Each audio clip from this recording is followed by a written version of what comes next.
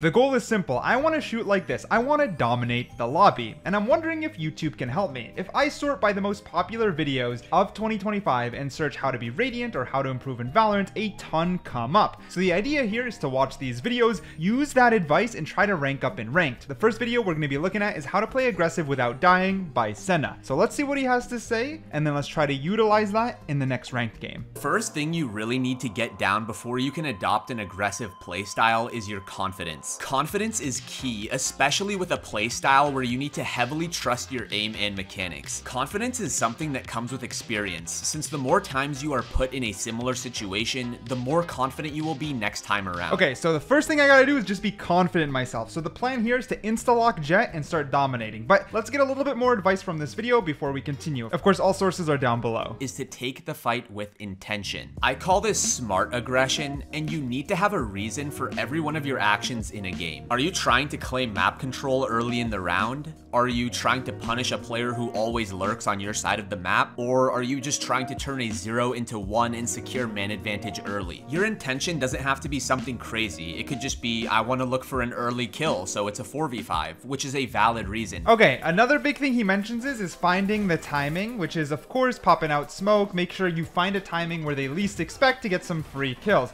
His video is fantastic and goes into a lot of depth. I watched it and I highlighted some of the parts I wanted to, but we're gonna focus on here. We're gonna play with confidence, smoke, dash in, try my best to look for those picks, swing for those fights, and play with as many trades as possible. I'm not gonna lie, we're off to a very strong start with that translation of video 1 and applying it to our ranked game. Now, as much as playing aggressive obviously worked in round 1, you're going to see here in round 2, the second part of what, Senna mentions is intention. What was the intention of taking elbow here, and even furthermore, pushing the brim smoke? Since we lacked intention, we ended up basically throwing. However, I am going to blame Riot a little bit because look at that. See that? That is a head shot, and he should have died. But all we got to be is aggressive. All we got to be is aggressive. Let me get that dash ready. Boom. Boom. Okay, let's get into heaven. Very good, very good. Heaven is now secured. Now at this point, my objective is to hopefully keep heaven secured and of course look for rotate picks if my team needs to rotate, which isn't a bad idea. I'm able to get 1, I get 2, and if I aimed a little bit here, I probably could have gotten both with some better aim, which of course is going to come up since we're looking at all viral videos. Oh, he's not. Jet, you sound really familiar. Now, when I started thinking with intention, I started to play a little bit safer. Like, I could play aggressive here and look to cut off the enemy, but also playing off angles has its own intention, right? Get a pick, reposition, play time. It's also good to not force yourself just to hold W key, because if you lose your intention, you're gonna end up losing the game. They're all looking at me. Hello. Go forth and one tap everyone. Bro, that Cypher just listened, bro. Look at how aggressive he's playing. What the?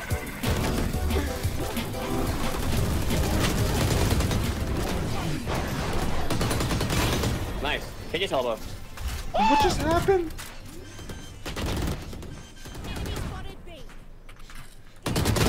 Just don't fight. Just don't fight. Just don't fight.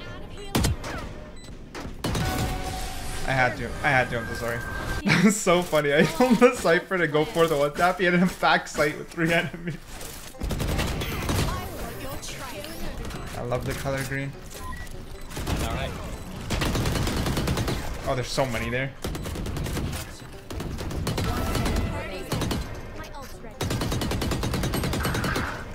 Oh! Give him one! Nice.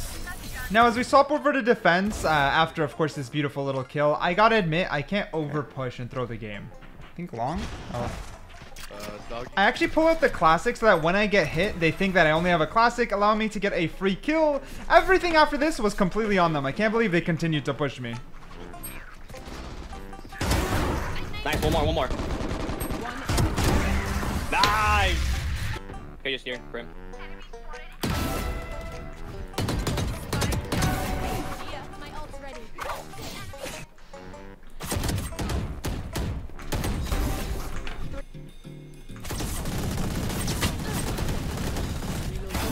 Man, I whiffed everything except the last shot. Twice, I only got the knife kill when I had one knife left. We take these, though. We take these. So far, we're putting that momentum forward. It's 12-8. The confidence is working. And of course, we're going to wrap this up with a W because there's no way we can throw when it's 12-8. Like, that's basically impossible, especially when you're playing so well. And our Cypher DC'd. Player standing. Yeah, you know what? It is what it is. I'm not going to go ahead and blame the Cypher, but I'm going to blame the Cypher because he was AFK. He's also, for some reason, very unaware. But it is what it is. It is what it is. I'm not toxic. I'm not toxic. I'm MVP 27-14. I only lose 12 RR. I'm going to still say Senna's stuff worked. 100% it worked. Now, the next thing we're going to watch is by KG Pros, which is 5 tips to instantly fix your movement. So let's get into it. Always moving after you shoot, including when holding an angle. Most people just put all their effort into hitting that first bullet when they hold an angle, and if they miss, they stand still and commit to a spray. Oftentimes holding an angle is harder aim-wise than peeking someone. When you peek someone, most of the times they will be standing still and you'll be able to hit the shot. But when you're holding an angle, they are the ones moving, which requires more aim. And as a result, most players compensate by standing still to make the shot easier. This is what you're doing wrong. Do not do this. This video is so good. Obviously, I only show small clippets. I want to encourage everyone to go watch these videos to improve. See the enemy, adjust to the head, stop and shoot. What you do not want to do is see the enemy, stop and shoot, adjust to the head. So it is actually really a lot of the fundamentals of moving, and I'm going to pair it with the next thing, which is a video by Pendragon about calm aim, and oh my goodness, it is so good. So let's listen to him too. If let's say I grip my mouse really tight and I try and get this flick, look how like choppy it looks. It looks very choppy. Instead, what you want to do is you want to have a more loose grip. Not too loose that your mouse is falling out of your hand, but loose enough that you're not death gripping it. So you have this very gentle aim. And then we're going to pair both these videos together because he actually talks about calm movement. And he says a lot of people do not mention calm movement or overlook calm movement. So let's listen. The lack of emphasis people put on calm movement is the reason they don't achieve calm aim. I've had many students come to me who have really good calm aim, but because they have very chaotic movement, or they panic move, or they over move, and they don't have this fluid movement to their gameplay, they don't get the full value out of their calm aim. I'll shoot 1, 2, 3, and then I'll move again, and I'll shoot 1, 2, 3. Let's go move, 1, 2, 3. Move, 1, 2, 3. Move, 1, 2, 3. And it's so cool because both showcase exercises. So, okay, we're going to be focused on aim here and calm movement and not throwing like I just did. I'm also playing ISO, someone I don't play often. Why am I doing all this? I don't know, but it's fine. We're still going to try and apply everything we've learned up until this point, being confident, calm aim, and of course, clean movement.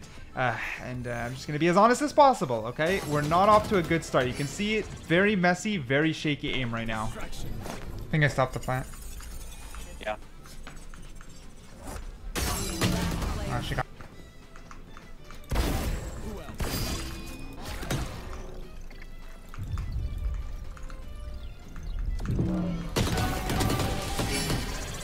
Nice. Okay, wait. I can Ulting hold main. it down if you Oh, want. wait. Okay. Luckily, with my duo being able to protect my back here, I'm able to get a free pick here on the ult. The aim is slowly starting to come back. We're going to come out, and we're obviously going to dominate this round.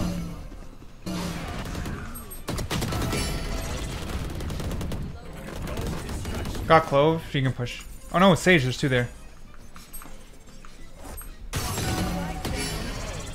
Gonna be as open as possible. We get the plan down. It's 7-9, but you're gonna see this game sort of snowball down. It was a huge uphill battle, and if I played better, if I was a little bit more calm, I think we could have won, but I messed up. So the next video is by Viscosity, and it's about tension management. I felt I was tense. I was very shaky. So we're gonna listen to everything we've learned so far, as well as her tension management guide, and then put it together. I found it helpful to think of high tension like sprinting. It does offer a very powerful burst of speed, but comes at the cost of a lot of energy. We have to rest and recover after doing it. You'll tire yourself out too fast otherwise. But if you were to jog instead, or sprint for a little before going to a jog to let yourself recover, you'll be able to sustain a higher average speed for longer. This is the core idea behind managing tension over any period of time, controlling when you utilize it and when you relax to get the most out of the tension you do have, your tension budget. The second method of stopping the momentum of a flick is that idea compressed into the space of a single mouse movement. You release the tension from the start of the flick before you reach the target. Let the momentum generated carry you the rest of the way. This is tension budgeting in the short term, going from a sprint to a jog. After implementing this technique, I was able to make those snappy movements while still being able to adjust fluidly afterwards. And honestly, this video was huge because the idea here is, of course, calm aim doesn't mean becoming sluggish. It actually comes with tension management. You want to be able to both calm aim, breathe, slow it down, but then grip a little bit higher to get tracking or flick shots. And mixing together beautiful shots, we enter the game 0-4 on my scoreboard, 0-4 on the leaderboard. Raina, you gonna talk in your mic? You just gonna keep typing, bro. That's what I thought.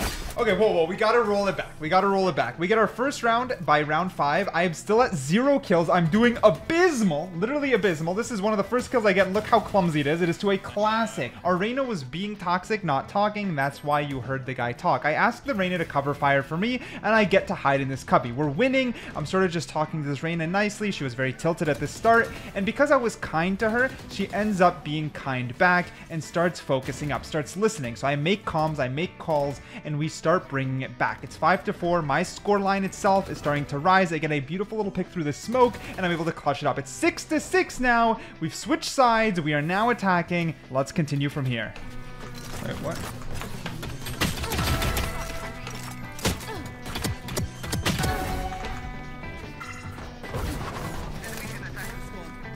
You want to fight the Cypher and then go C? That's a full gun.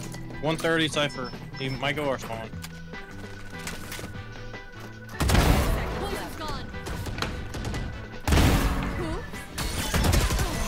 Good try. I can watch that way. Window. They're great. Good round. It's awesome. They're listening to my calls and really focused up. I do not know why someone has a Radiant buddy. My MMR is just out of this world, I guess, but I am plat. Nice. Nice game. Greatest team of all time. GG. We didn't do the best, but we claw back some RR. Let's go next. I don't want them to see a thing this whole game. All right, we have matches. Let's use all of them every round. Under one condition. Yes. You may also be blind. I'm fine by that, as long as they're blind. YouTuber?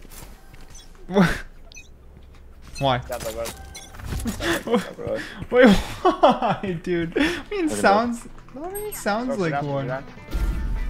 Just one lips. I got you, Phoenix. Don't worry. I'm gonna flash that. Wait, hold up. No, she went left. She went left. Backside. The minute I hear you're dead, it means Phoenix ulted. The minute I see Phoenix from this side, I throw my TP, and it's all calculated for this exact move.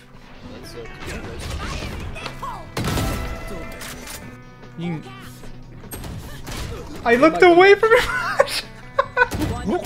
Still at the bottom of the leaderboard, but it's fine. I know I can claw my way back because I'm the GOAT. With that being said, me and this Phoenix actually make an entire plan. We're going to scale up for Orb. He's going to grab Orb. I'm going to drone as my ult. Now he has ult as well, and we're going to take site together. It's this communication that really makes a difference. Back site. If you want to come, you can come over here. Oh no, she's dead. Oh, spawn. Blessing. Okay, I got one spawn. Yeah.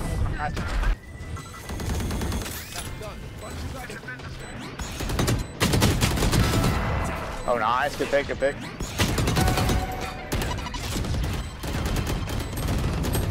Bro, 140 Riz. It's unbeatable. She was 80.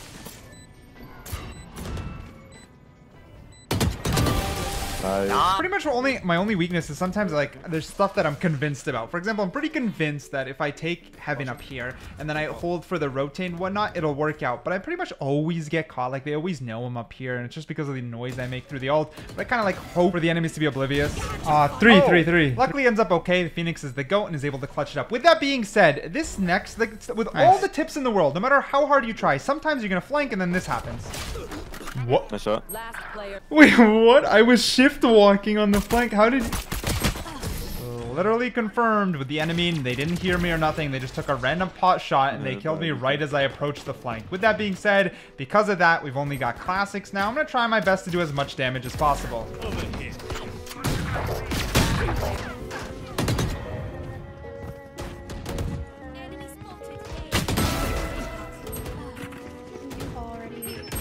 Yeah, one U-Haul, one main. 1, 2 main. Checking towards bath. Oh, Chambers towards bath coming back. I'm gonna join you guys on the flank. I think just one. This is why I add so much post commentary, because a lot of my in-game commentary is genuinely talking to my team. I'm trying my best to improve how I communicate. I call my flash 1-2 flash. I call it again 1-2 flash, and then I peek to make sure to scale up. It's 12-5. We don't want to be throwing this. I somehow still throw this, but my team is able to clutch it up, and 13-6 is our final score, allowing us to get back even more RR. Now the next video we're going to be watching is by Kompeki. What makes a good duelist? So we've been working on our aim, our tension. We've been working on being confident, but I'm a duelist main, so this is very applicable to me. So what makes a good entry, and what do you need to focus on to improve? The deciding factor of the majority of rounds is which team gets the opening kill, and therefore it is arguably the most important job of duelists to go and get one. In order to get an opening and get away with it though, good duelist players need to have exceptional skills when it comes to isolating fights. If you're peeking 3 enemies at once, you're never going to be expected to get a pick and get out. In fact, bearing extreme whiffs, it would be surprising if you even managed to get one. Of course, just isolating a duel doesn't guarantee victory, but it does mean that in the worst case scenario, your teammates have a much better chance of trading you out as well. Okay, so I watched to improve how to be a duelist. Another thing he actually made, Kompeki's the GOAT. Like, he has his own program for a reason, and he makes a lot of viral educational videos. 11 essential Valorant tips I wish I knew sooner. So we're gonna take everything we learned, go with some general tips, and put it together for the rank up. Tip number 4, everyone needs to learn how to IGL. I used to think I wasn't an IGL and could just rely on my aim to rank up. But when I started studying pro players, I realized even so-called aim demons from early Valorant like Scream and Tens were actively calling for utility and setting up plays to get opening picks. The truth is, aim helps, but coordinated fights win games. Every role needs to communicate and make calls to some degree. Duelists should call for utility to enter or take space. Sentinels need to explain how to play around their setups and call for distractions or rotations when lurking. Controllers and initiators are the most important when it comes to calling, since they rarely get value from their utility on their own. They need to time their abilities with their teammates and set up the rest of the team to take fights. So don't rely on others to make the calls. Learning to IGL, even in small ways, helps every role become more efficient. I love this because it's one of the hardest things to improve. We can all practice our aim, our calm movement, blah, blah, blah, blah, blah, but learning to yap effectively is great. I mess up my flash, I call it. The gecko's able to dodge it. Due to my flash calls, I'm still able to tension management, play calm, and push aggressively for us to secure the round. So like, things are now coming together. You know what I mean? Things are now coming together, which is fantastic. Now, of course, all of you should be watching all the videos I linked down below, but you can also just sort by the most popular. Like, keep in mind, 500,000 views in Valorant is like multi-million views in a lot of other genres or niches on YouTube. So I did just sort by the most popular in 2025, and that's what I've been watching. And they're popular for a reason. They're helping me improve very clearly. That's on me, fuck. I thought they would be a little bit more cautious on their behind. They just completely swung out. That's on me too, Omen. That's on me. Like right here, I immediately evaluate what went wrong, which I think is a huge way to learn quickly. So if you study your enemy round to round, it makes a big difference. So like, I was on me because I didn't expect them to re-peek really quickly, but they do re-peek really quickly, which I can take advantage of. Means they rotate quick, which is why I'm looking for a pick on the rotate and hopefully a free gun. The way the enemies play, if you study them at all, it makes knowing where to position on the map a lot more effective. Top mid. Both outside lobby. One's on its phone. Just gonna delay him.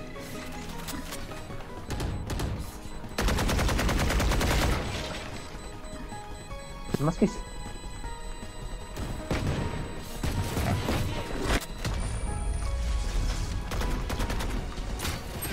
No way. No way. 30 seconds left. Oh.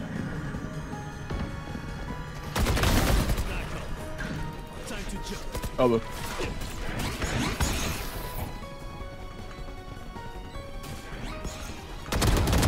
80.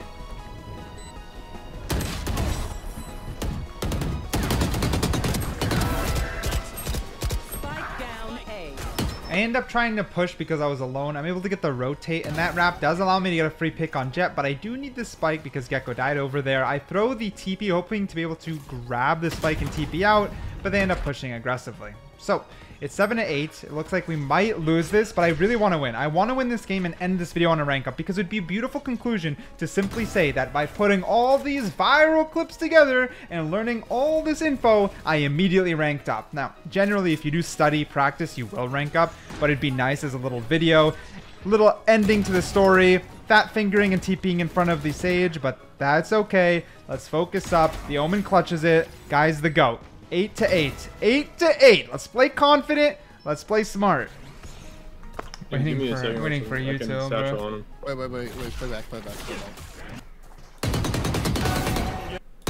Oh. Yay. Free RR. Yay. The Jet was sporadically AFK for the rest of the game, which of course shifts everything in our favor. Let's be honest here. We take those. We take the W. It was amazing. I felt like I learned a lot even in this video, even though I've watched all these over time. We MVP. We mainly MVP. And wait a minute. You know, the conclusion of this video was supposed to be when you put them all together, you rank up. We're still gonna say that, and I'm just gonna clickbait you guys with a rank up screen, and you're all gonna fall for it.